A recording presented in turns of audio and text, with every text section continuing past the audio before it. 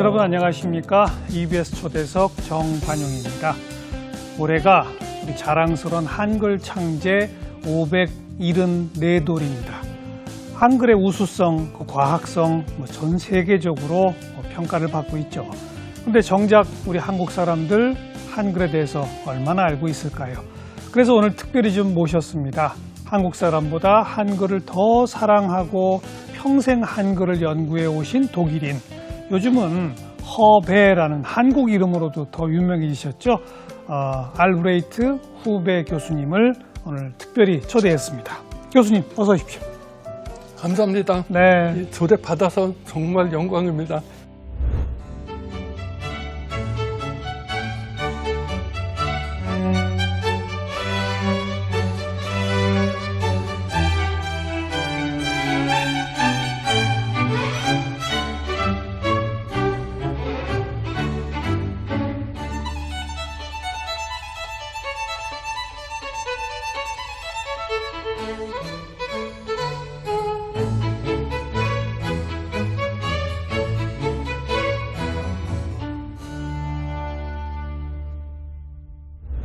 요즘 사람들 만나면 네네. 허베입니다 그러세요? 후배입니다 그러세요? 용어에 따라서 허베이라는 경우도 많이 말하고 있습니다. 어떤 경우에 주로 한글 이름을 쓰세요? 뭐 일반 사람들 제 독일 이름을 잘 모르기 때문에 그렇죠. 그래서 허베 더 편하죠. 예, 근데 예. 대학교 아니면 무슨 학자들끼리 만나면 그런 경우는 후배 얘기도 합니다. 본명을 얘기하시고 예. 일반 대중을 만날 때는 한글 맞습니다. 이름으로. 예, 맞습니다. 요즘 그 TV 프로그램 거기 그 놀라운 한글 실력을 지금 발휘하고 계시잖아요. 글쎄요. 퀴즈 나오면 막 바로바로 다 맞추시던데. 경우에 따라서 컨디션이 좋으면 그렇게 할 수 있어요. 아니 뭐 예. 제일 어려운 단계 마지막 단계에서 그때 나온 단어가 뭐였죠? 굿부다? 굿부다이라는 그 첫 방송이었는데요. 그래서 네 그때는 그 컨디션이 좋았고 그리고 솔직히 제가 그 굿부다이라는 단어를 언젠가 잘 기억 안 나는데 예. 어떤 논문에 봤는데요. 거기에 언급되어 있었어요. 그래서 뭐 컨디션이 좋아서 기억났어. 예. 그래서 바로 터뜨렸어요. 예. 답을. 그래서 예. 뭐 솔직하게 고백하건대 저는 몰랐던 단어입니다. 아 예. 지금 우리 시청자분들도 예, 예. 굿부다? 무슨 뜻이지? 무슨 뜻이죠? 네. 뭐 답답하게 그 배가 비어 있을 때는 막 먹고 싶은 마음이 있을 때는 예. 그때는 굿부다 옛날 얘기했었는데요. 그렇죠? 네, 요즘 지금- 우리말로 하면 좀 뭔가 출출하다. 출출하다. 예, 예. 그거죠. 그런 말. 입이 좀 뭔가 입맛이 땡긴다. 예. 출출하다. 예, 예. 그런 단어가 합쳐진 게 굿부다인 거죠. 예, 맞습니다. 그거 맞추셔가지고 예. 별명이 생기셨잖아요. 그것도- 허베? 네. 근데 솔직히 이 별명을 몰랐습니다. 제가 또 인기 있는 라이크하고 그거는 전혀 신경 안 쓰기 때문에 그래서 허베이라는 별명이 있다는 것도 별명이 있다는 거 우리 집사람 보고 와 좋다 얘기했는데 근데 저는 몰랐습니다. 예. 아니 너무 좋은 칭찬인데요. 너무 지나친 칭찬인 것 같아요. 평생 한글을 연구해 오신 한국 사람보다 한글을 더 사랑하는 제가 이렇게 소개했는데 예. 이게 언제부터로 거슬러 가야 됩니까? 한글 공부 시작하신 게 언제라고 봐야 돼요? 한글 그 글자 공부 시작한 연도는 72년도였어요. 72년. 예. 예, 그때부터 한글 근데 우리 은사가 그 유명한 에카르트 신부였던 네. 교수였는데요. 그분이 일찍부터 한글에 대한 설명해 주셨어요. 예. 그래서 일찍부터 그 한글 문화적인 배경하고 그 세종대왕 왜 어떻게 발명했을까 그런 얘기 일찍부터 들었습니다. 예. 그 제일 유명한 책으로 그 조선 미술사 네. 있는데요. 그 미술사 29년에 유럽에서 출판됐는데요. 예. 그래서 이런 같은 책 미술사뿐만 아니라 음악사하고 뭐 한글에 대한 도서 통해서 세계적인 한국학을 설치한 분이었어요. 네. 그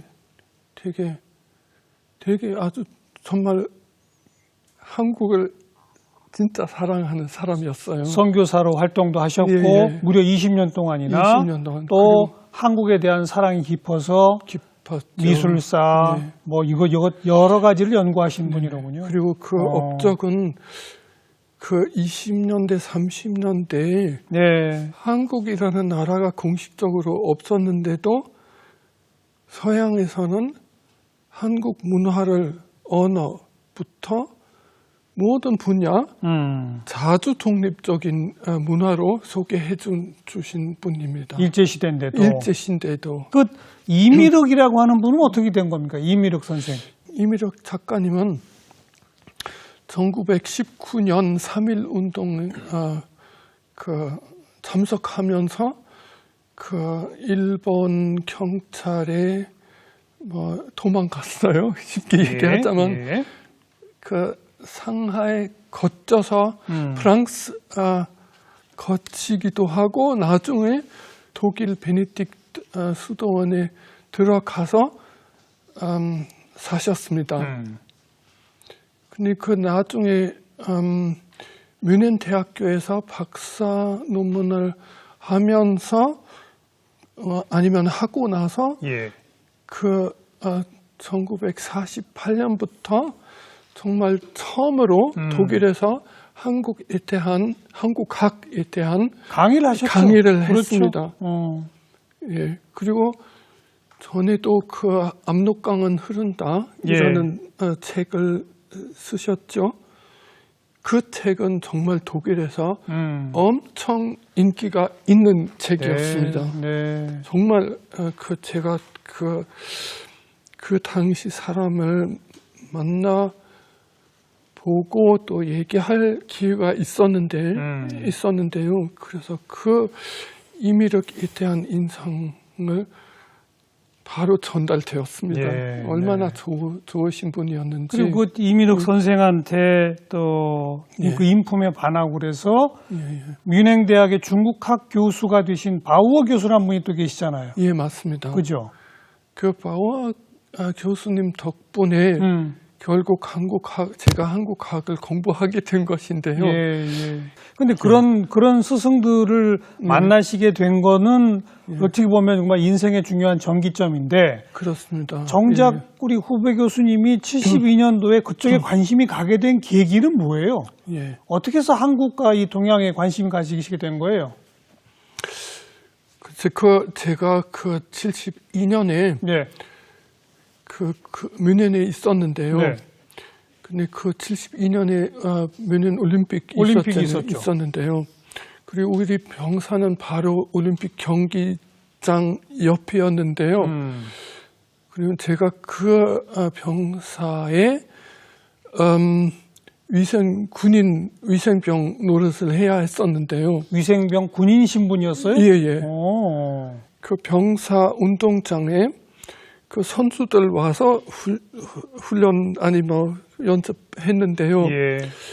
근데 저는 위생병으로 한국하고 북한 배구팀 뮌헨 올림픽이 열릴 때 예, 후배 예. 교수님은 그때 이제 군 위생병이셨다 이거죠? 예, 맞습니다. 그런데 그때 위생병이었는데 군 복무는 이제 안 하고 올림픽 기간 동안에 예, 한국, 북한 팀 선수들 위생 담당, 담당했었어요. 위생 담당 병사로 예, 병사. 일종의 그 의무 복무실을 그런 식으로 한 거군요. 예, 맞습니다. 예. 올림픽 기간 동안에 예. 참 재미있었죠. 그때 그러니까 한국 사람 또 북한 사람들하고 대화를 좀 해보신 거예요?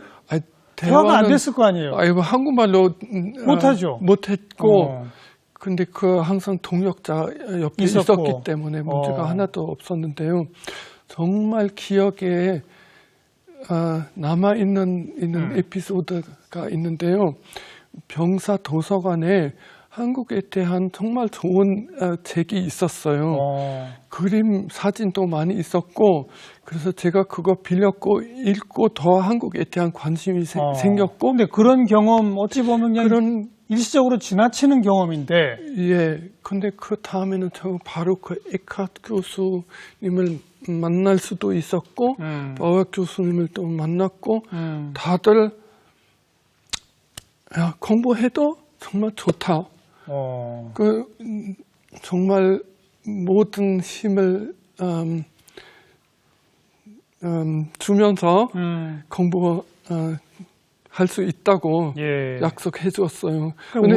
우연히 한국 선수들하고 만나서 한국이란 걸 알았는데 네, 관심이 그렇게 가던가요? 예, 관심이 있었어요. 또 그 언급된 책 때문에 더 재미있다. 근데 그 당시에 제가 원래는 화학하고 생물학 공부하려고 했는데요. 그때는 이 한국 사람을 만나고 나서 이 원래 공부한 것을 포기하진 않았습니다. 첫 학기는 동시에 등록했습니다. 한국학도 하고 생물학도 하고 그랬다가 그 한 학기, 두 학기 공부하다가 나는 계속해서 한국학 하겠다고 결정했습니다. 그래요. 예. 여태까지 정말 한 번도 후회한 적 없습니다. 어렵진 않으셨어요? 처음 우선 한국말부터 배우셔야 될 거 아니에요? 한글부터. 어렵긴 어렵지만은 근데 사실상 한국 사람 만날 때마다 칭찬 많이 해줬어요. 제가 그때는 감사합니다 이라는 말밖에 몰랐어도 한국 사람 한국말 너무 잘한다고 진짜 많이 해주었어요. 독일 사람 중에 그 정도 말하는 사람도 없으니까요. 잘 모르겠어요. 그때는 간호사 또 광부로 많이들 한국에서 오셨죠, 독일에? 네네. 특히 그렇죠? 뮌헨에서는 한국 간호사들 많이 있었어요. 그 위생병으로도 접촉이 있었고 그리고 그때는 그 간호사들도 막 그 독일 사람에 대한 한국 관심을 있는 독일 사람 좀 드물었기 때문에 그렇죠. 그래서 외로운 것도 있었고 그리고 자기 나라도 소개하고 싶은 마음도 있었고 그래서 우리 가족을 다 한번 병원으로 조대 기숙사로 조대해 주었어요. 간호사 기숙사로? 네네. 그때는 처음에 좀 열심히 한국어를 들었는데요. 그래서 그 이태리 말처럼 모험이 많다는 것을 알았습니다. 그걸 참 듣기 좋았습니다. 독일 사람들이 한국어를 들으면은 이태리 말처럼 들립니까? 그거 정확하게 이태리 말 아닌데도 이 모험이 많다는 것을 많다. 그래서 그 언어 자체가 뭐라고 말 같다고 얘기하는 말이 맞는지 모르겠어요. 귀에 잘 들어갑니다. 그래 이제 아예 생물학은 때려치고 한국학만 공부하겠다. 이제 본격적으로 석사, 박사까지 하셨잖아요. 예, 맞습니다. 그러면서 한국 근대 소설 이쪽을 또 전공하셨더라고요. 석사 논문 주제가 뭐였죠? 이인지교 혈흔우였어요. 우리 교과서에서 배우던 겁니다. 글쎄요, 보험대학교에서 뮌헨 대학교에 시작하긴 했지만은 에카 교수가 돌아가신 후에 보험 대학교를 옮겼는데요. 거기 레빈 교수가 계셨는데요. 누구요? 레빈 교수. 그분도 이미륵 선생님 이미륵 작가님의 영향을 받은 분이에요. 밑에서 공부하신 분입니다. 그래서 이미륵 선생님이 얼마나 중요한 그렇군요. 역할을 배경에 했는지 알 수가 있어요. 그리고 거기 가서 그 한국 문학에 대한 강의를 듣고 예. 그럼 전부터 고대부터 현대까지는 다 훑어봤는데 읽고 번역하기도 하고 그러면 하필이면 신소설이라는 데 신소설 예, 꽂혔어요. 예 거기 뭐 붙었습니다. 예, 관심이 딱 네, 가고. 거기 관심을 갖게 되었어요. 네. 그냥 그리고 뭐 신소설 하면서 고대 소설도 하고 현대 소설도 하면서 동시에 다 배울 수 있다고 그렇죠. 생각했었습니다. 예. 그 당시 그런 공부하실 때, 뭐 에카르트 교수님, 바우어 교수님, 뭐 이런 분들한테 배울 때 예. 혼자 배우셨어요? 옆에 같은 동료들이 있었어요? 별로는 없었어요. 없었죠? 사실 좀 석사도 박사 때는 그 조금 있긴 있었어요. 근데 정말 제가 시작할 때는 너무 드문 경우였어요. 그렇죠. 예. 그래서 석사는 최초 신소설 혈해노, 네. 박사는 백조 동인지, 백조 동인지에 그건 또 썼습니다. 언제죠? 시대가? 그 1922년부터 3호만 나왔어요. 제가 그 아드나와 장학금 예.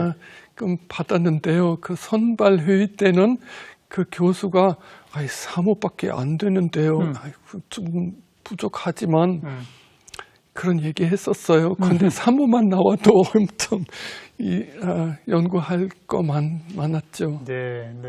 예. 그러면 그렇게 뭐 학부서부터 시작해서 석사, 박사까지 한국학을 예. 쭉 연구하시면서 예. 그 사이에 한국은 안 와보셨어요? 그 74년에 처음에 한국을 왔었어요. 74년. 예, 예. 그때 덕분에 조금 한국어 실력을 좀 구체적으로 예. 좀 늘릴 수가 있었어요. 그 74년도에는 그냥 혼자 자비로 한국 방문차 오신 거예요? 아니면 무슨 일이 있으셨던 거예요? 어떻게 된 거예요? 제가 꼭 유학하려고 했는데요. 한국에서 공부하려고? 한국을 공부하려고 했었어요. 근데 그 독일에서 장학금 받고 여기 그냥 등록했어요. 한국 어디에 등록을 하셨어요? 그 서울대학교 어학연구소에 먼저 예, 갔었어요. 예. 근데 그 등록하는 것도 너무 드문 경우였기 때문에 그때는 무슨 자격을 줄 수가 있는지 좀 미정한 것이었고 학교에서도 무슨 자격 줄지를 몰랐군요. 몰랐고 그래서 그 독일 대사관 힘으로 그 문제를 해결할 수가 있었어요. 결과적으로는 그럼 서울대학교 어학연구원의 예. 학생 신분이 된 거예요? 어떻게 된 거예요? 예, 그렇습니다. 예, 그래 어느 정도 기간이나 있으셨어요? 그때는 반년 6개월. 6개월 지났어요. 근데 6개월 한글 공부를 하셨고 하고 그 다음에 좀 한국에 지내면서 다시 독일로 돌아갔어요. 가셨고 예, 예. 그 다음 또 한국에 오신 건 언제입니까? 그 다음에는 석사하고 나서 네.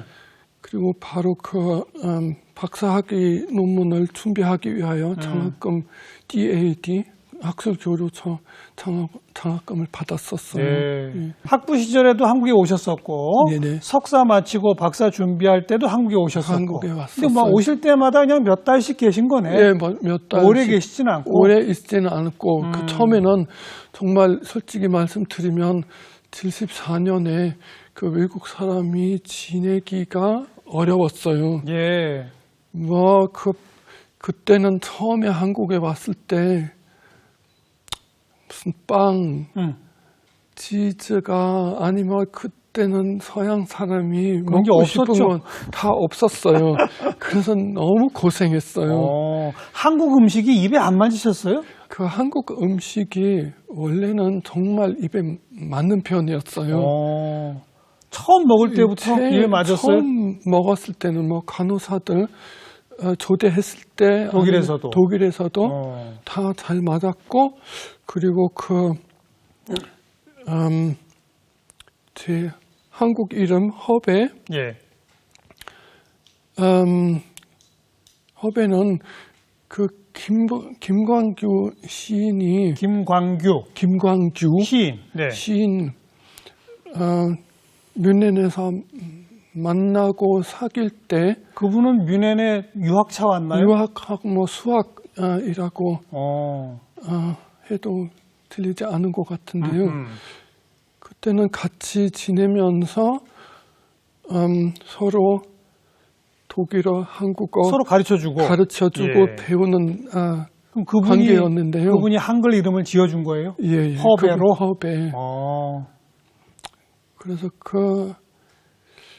그때도 그 김광규 시인님의 사모님도 뮌헨에 같이 와 계셨는데요. 한국 음식 해주셨겠네요. 너무 맛있게 해주셨는데요. 그리고 알겠습니다. 한 번만 아니고 자주 초대받았어요. 네. 정말 뭐라고. 그래도 독일에서 그렇게 가끔 한국 음식 드실 그래요. 때는 맛있었는데 한국 와서 삼시세끼 먹으니까 못 먹겠더라. 그렇습니다. 그랬었어요. 알겠습니다. 예. 그리고 아무튼 박사과정 직전에도 또 왔다 가셨고 예. 그리고 또 어떤 수시로 한국을 왔다 갔다 하신 거예요? 한국에서 오래 사시거나 그런 적은 없었어요? 아니 뭐 그건 최근입니까? 그 박사하고 나서 박사 후에 그 후에 조금 있었는데요. 그때도 영원히 한국에서 살 기회가 있긴 있었어요. 어떻게요? 그때는 바로 그 김광규 선생님 통해서 그 어느 대학교에서 영구적으로 자리를 받을 수가 있었는데 하지만 저는 제 목적은 한국에서 독일어를 가르치는 것이 아니었어요. 알겠습니다. 독일에다가 한국을 알리는 거. 예, 그거 제 목적이었어요. 그것도 바우어 교수, 에카 교수한테 다 뭐라고 거의 약속한 것이었어요. 그래서 독일로 가셨군요. 다시 독일에 갔어요. 독일에 가서 한국어 번역학과를 만드셔갖고서 거기 계속 교수님으로 계셨잖아요. 그죠? 네. 근데 제가 그거는 그 본대학교에 가서 번역학과가 있었어요. 원래 있었어요? 예, 원래 있었어요. 그 학과는 번역학과는 옛날 그 비스마르크 수상 만든 것이었어요. 만든 학교였어요. 비스마르크 수상이 만들었어요? 예. 그래서 그 전쟁 후 독일 외교부하고 외무부하고 독일 그 본대학교하고 같이 운영했었어요. 연계해서 그건 외교적인 목적도 있었군요. 예, 계속 있었고, 근데 거기도 이런 석사 한국학 번역 석사가 있었고, 근데 제가 그 한국학 박사 있었기 때문에 이런 석사 과정, 번역 석사 과정을 설치가 할 수 있었고, 그렇죠. 그리고 제가 이 책하고 관련된 것이지만 그 독일에서 그 하빌리타치온 그 학위를 받았는데 그거는 그 정교수 자격 논문인데요. 그거 하면 그 박사 과정 학생도 지도할 수가 있어요. 그렇죠. 그래서 그것 때문에 그때는 그 번역학 과정에 그 번역학 박사도 몇 명 나왔어요. 배출하고 배출했습니다. 그렇죠. 네네.